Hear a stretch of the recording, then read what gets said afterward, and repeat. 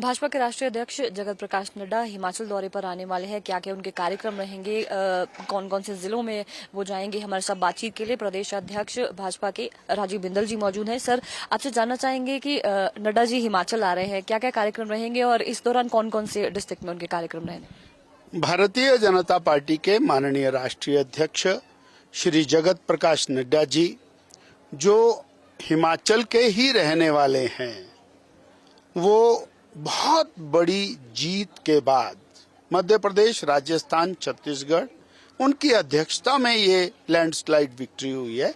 उसके बाद वो पहली बार शिमला आ रहे हैं। भारतीय जनता पार्टी ने सोलन में और शिमला में 2 स्थानों पर अभिनंदन का कार्यक्रम रखा है। हम आशा करते हैं, विश्वास है और हिमाचल की जनता अपने और हर दिल अजीज नेता का अभिनंदन करेगी। 5 तारीख को प्रातः 9 बजे सोलन और 1 बजे शिमला पीटरहॉफ। और हमारे लिए और भी गौरव की बात है कि नड्डा जी की अध्यक्षता में एक मैसेज क्लियर चला गया कि नरेंद्र भाई मोदी वो most popular leader of India, most popular leader of world. और ये जो चुनाव है, इन्होंने स्पष्ट संदेश दे दिया है कि 2024 में माननीय मोदी जी तीसरी बार देश के प्रधानमंत्री बनेंगे। वो अविजित हैं, वो अविजित रहेंगे। और जिस तरह उन्होंने राष्ट्र कल्याण, देश कल्याण, गरीब कल्याण, युवा कल्याण, महिला कल्याण की दिशा में काम किया है, वो लासानी है, वो अद्वितीय है। No match of that. ये आगामी लोकसभा चुनावों की अगर हम बात करें सर, कितना इम्पोर्टेंट ये जो दौरा है रहने वाला है। और कहीं न कहीं सियासी गलियारों में ये भी अटकलें चल रही है, चर्चाएं चल रही हैं कि जो जगत प्रकाश नड्डा है वो लोकसभा चुनाव लड़ सकते हैं आगे, और उस हिसाब से भी ये जो दौरा है उसे देखा जा रहा है। भारतीय जनता पार्टी या हमारा जो मानना है, वो अभी तो केवल उनके अभिनंदन को लेकर ये कार्यक्रम है और इसमें कोई बहुत बड़ी राजनीति नहीं है। वो हमारे प्रदेश से आते हैं, उनको अभिनंदन करना, उनका स्वागत करना, ये हमको और सौभाग्य मिलेगा। और 2024 के चुनाव की जो बात है, भारतीय जनता पार्टी उस चुनाव के लिए पूरी तरह तैयार है। और 2024 में हिमाचल प्रदेश की 4 सीटें भारतीय जनता पार्टी ने जीतने का लक्ष्य रखा है और उसके लिए हम जुटे हैं और उसको पूरा करेंगे। उसमें आदरणीय जगत प्रकाश नड्डा जी का आना, कार्यकर्ताओं को मार्गदर्शन देना, नेताओं को डायरेक्शंस देना, ये बहुत महत्वपूर्ण है। और उनके आने से हमारे कार्यकर्ताओं को और नेताओं को नई ऊर्जा और नई दिशा मिलेगी। सर, कांग्रेस कहीं ना कहीं इसको लेकर आश्वस्त नजर आ रही है कि जो लोकसभा चुनाव है, विधानसभा चुनाव में जिस तरह से उन्होंने जीत हासिल करी थी, तो गारंटियों को लेकर जो काम उन्होंने किया है 1 साल में प्रदेश के अंदर, उसको देखते हुए जो 4 सीटें हैं वो कांग्रेस के खाते में आने वाली हैं। हाँ, उन्होंने बहुत अच्छा काम किया है। उन्होंने झूठी गारंटियां दी, जनता को बरगलाया। 22 लाख बहनें इंतजार कर रही हैं उनका, वोट मांगने जाएंगे तो सब बहनों ने अपने मोबाइल में वीडियो डाल रखे हैं।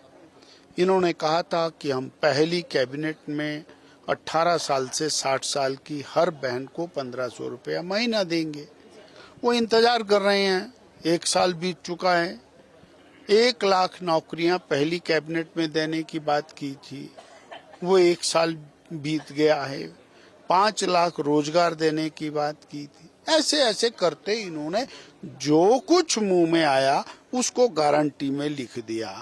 अब हिमाचल की जनता इंतजार कर रही है, इनका ये वोट मांगने आए तो इनसे पूछेंगे कि तुम नौकरी देने के लिए युवाओं को लालच दे रहे थे, तुमने तो 10,000 नौकरियां छीन ली, एक भी नौकरी आपने दी नहीं है। आपने कहा था 300 यूनिट बिजली फ्री देंगे, वो 125 यूनिट भी गया जो पहले मिलता था। यानी जनता परेशान है और आप जश्न मनाने में मस्त हैं। जनता त्रस्त, सरकार मस्त, ये हर कोई समझ रहा है। और फिर किस नाम पर वोट मांगना है, कौन तुम्हारा नेता है, कौन तुम्हारा प्रोजेक्टेड प्रधानमंत्री है, ये तो कभी नहीं चाहेंगे कि गांधी परिवार से बाहर कुछ जाए। तो गांधी परिवार, परिवारवाद, कोई विचार नहीं, कोई चिंतन नहीं, कोई सोच नहीं, कोई राष्ट्र की नहीं, देश की नहीं। तो देश की जनता इस बात को समझती है, जानती है। मोदी वर्सेस क्या है उसको बताना पड़ेगा ना, जनता पूछेगी। जब वोट देना है तो एक तरफ मोदी जी हैं, वो दूसरी तरफ कौन है बताना पड़ेगा। या तो ये तय करें कि भाई नीतीश हमारा नेता है, कांग्रेस पार्टी वाले बोलें कि नीतीश हमारा नेता है, या ममता हमारी नेता है, कुछ तो बोलना पड़ेगा ना। या फिर ये तय कर लें कि यादव जी बोलें कि हाँ जी गांधी परिवार हमारा नेता है। ये अभी हिमाचल से लेकर के और दक्षिण भारत, हिंदी और पश्चिम, पूर्व, उत्तर और मध्य भारत में कहाँ है कांग्रेस पार्टी? कांग्रेस भी तो यही कह रही है कि वादे तो मोदी जी ने भी पूरे नहीं किए। 2 करोड़ रोजगार देने की बात की थी, 15 लाख रुपए नहीं आए। हिमाचल में जो किसानों बागवानों के लिए कहा गया था कि 100% करें, जो सेब उत्पादों को लेकर जो इम्पोर्ट ड्यूटी उसे 100% किया जाएगा, वो भी वादा पूरा नहीं किया है। ये सारे जो मुद्दे हैं वो कांग्रेस की ओर से उठाए जा रहे हैं अभी। अरे छाछ तो बोले और छलनी भी बोले, जिसमें 100 छेद। अरे आपने किया क्या है? 2004 से 14 तक कांग्रेस पार्टी की सरकार थी। आदरणीय सरदार मनमोहन सिंह जी देश के प्रधानमंत्री थे। प्रॉक्सी से सरकार और गांधी परिवार चलाता था। क्या हालत थी? 20 लाख करोड़ रुपए के घोटाले। बताइए क्या जवाब है? और मोदी 80 करोड़ लोगों को 5 किलो राशन मुफ्त में देता है, 4 करोड़ पक्के घर बनाता है, 50 करोड़ लोगों को आयुष्मान का कार्ड दे करके उनका इलाज कराता है, 20 करोड़ घरों में स्वच्छ पेयजल के नलके लगाता है, 11 करोड़ घरों में शौचालय बनाता है। आप बोलते हो कि क्या किया आपने?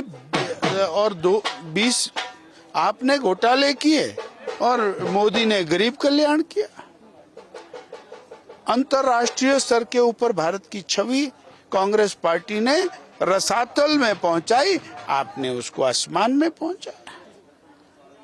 आज G20 समिट होता है, उसमें भारत में दुनिया के देश आकर के भारत की कीर्ति देखते हैं, भारत के प्रति आकर्षित होते हैं। कांग्रेस के शासन में 1 गोल्ड मेडल को तरसते थे, मोदी के राज में 100 गोल्ड मेडल आते हैं। खिलाड़ियों की चिंता होती है, खिलाड़ियों को सम्मान मिलता है, साइंटिस्टों को सम्मान मिलता है, और भारत चंद्रयान चंद्र पर लैंड करता है, जहां दुनिया नहीं लैंड कर पाई वहां पर लैंड करता है।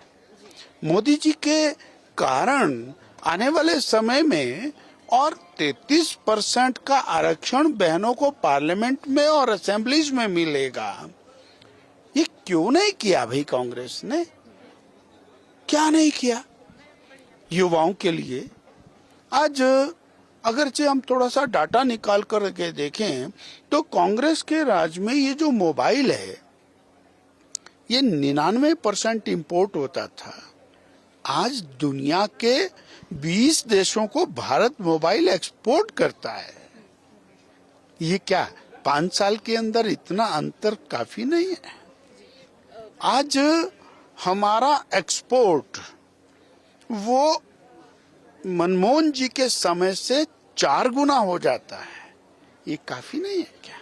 हमारा डिफेंस प्रोडक्शन मनमोहन जी के कांग्रेस के समय से 10 गुना हो जाता है, और हम डिफेंस की आइटम्स के एक्सपोर्टर बन जाते हैं। ये काफी नहीं है क्या? हमारा खाद्यान्न उत्पादन, हमारा दूध उत्पादन, हमारा और पशुधन वो कांग्रेस के समय से 4 गुना हो जाता है। ये काफी नहीं है क्या? किसान को मिलने वाली जो मिनिमम सपोर्ट प्राइस है वो दुगने से ज्यादा हो जाती है। ये काफी नहीं है क्या? यूरिया किसान को ब्लैक में मिलती रही, लड़ाइयां होती रही, आज जो खुले बाजार में उसको सब्सिडाइज्ड यूरिया वो मिलता है, नीम कोटेड यूरिया बना के, कभी नहीं क्या? नैनो यूरिया किसान को मिलता है। 9.5 करोड़ किसानों के खाते में 6,000 रुपया साल डायरेक्टली डलता है। माननीय स्वर्गीय राजीव गांधी जी कहते थे 1 रुपया जब हम दिल्ली से भेजते हैं तो 15 पैसे किसान के पास पहुंचता है। अब मोदी एक बटन दबाता है, 9.5 करोड़ लोगों के खाते में 19,000 करोड़ रुपया पहुंच जाता है। कोई उसके अंदर पिलफरेज नहीं होती है। 10 करोड़वा जो गैस का कनेक्शन है वो खुद जाकर के उस गरीब महिला को अलॉट करते हैं। 10 करोड़। ये बदलता हुआ भारत है जहां गरीब की चिंता होती है, जहां किसान की चिंता होती है, जहां बेरोजगार की चिंता होती है। अभी और 17 तारीख को अपने जन्म दिवस के ऊपर विश्वकर्मा योजना लॉन्च करते हैं। 13,000 करोड़ रुपया उन 18 प्रकार के जो आर्टिसंस हैं, कुम्हार है, लोहार है, सुनार है, मूर्तिकार है, चर्मकार है, वो और बढ़ई है, मिस्त्री है, वो और चिनाई का काम करता है, मेसन का काम करता है, उसकी क्वालिटीज को इम्प्रूव करने के लिए खर्च करते हैं। ये पहले क्यों नहीं होता ऐसा? ये अंतर है। सर, हिमाचल पे वापस आते हैं। अभी जब कांग्रेस विपक्ष में थी हिमाचल में, तो उस दौरान वो जो डीजीपी रहे हैं संजय कुंडू, उनके खिलाफ उन्होंने बहुत सारे प्रदर्शन किए थे उन्हें पद से हटाने के लिए। लेकिन जैसे ही सरकार आती है तो वो आपने सीएम का जो बयान है वो भी सुना होगा कि उनके पक्ष में चीजें किस तरह से देखते हैं सर आप इन चीजों? आपने सब कुछ खुद बोल दिया, मुझे बोलने की जरूरत। जी सर, आखिरी सवाल, 22 तारीख को राम मंदिर में प्राण प्रतिष्ठा होने वाली है सर, हिमाचल से लेकर क्या तैयारी सर, किस तरह की? नहीं है तो बहुत अच्छा सवाल है और सबसे पहला सवाल होना चाहिए। 22 तारीख को मेरा देश आह्लादित, आनंदित, खुश होने वाला है। 500 साल के बाद भगवान श्री राम जन्म स्थान के ऊपर भव्य राम मंदिर प्रकट हो रहा है। ये अद्वितीय घटना है, कल्पना से बाहर घटना है। हजारों लोगों ने बलिदान दिया, पूरा देश आज राममय है। जगह जगह यात्राएं निकल रही हैं, कलश यात्राएं निकल रही हैं और अयोध्या जी से अक्षत आए हैं, निमंत्रण आया है। गांव गांव में राममय। और भारतीय जनता पार्टी हर धार्मिक उस जलसे में, जलूस में, मंदिर में, हर जगह अपनी पूरी ताकत के साथ विद्यमान रहेगी। हमारे आराध्य श्री राम जी का और उस दिन मंदिर उसका श्री गणेश है, आदरणीय मोदी जी कर रहे हैं। सर, हिमाचल से कितने लोग?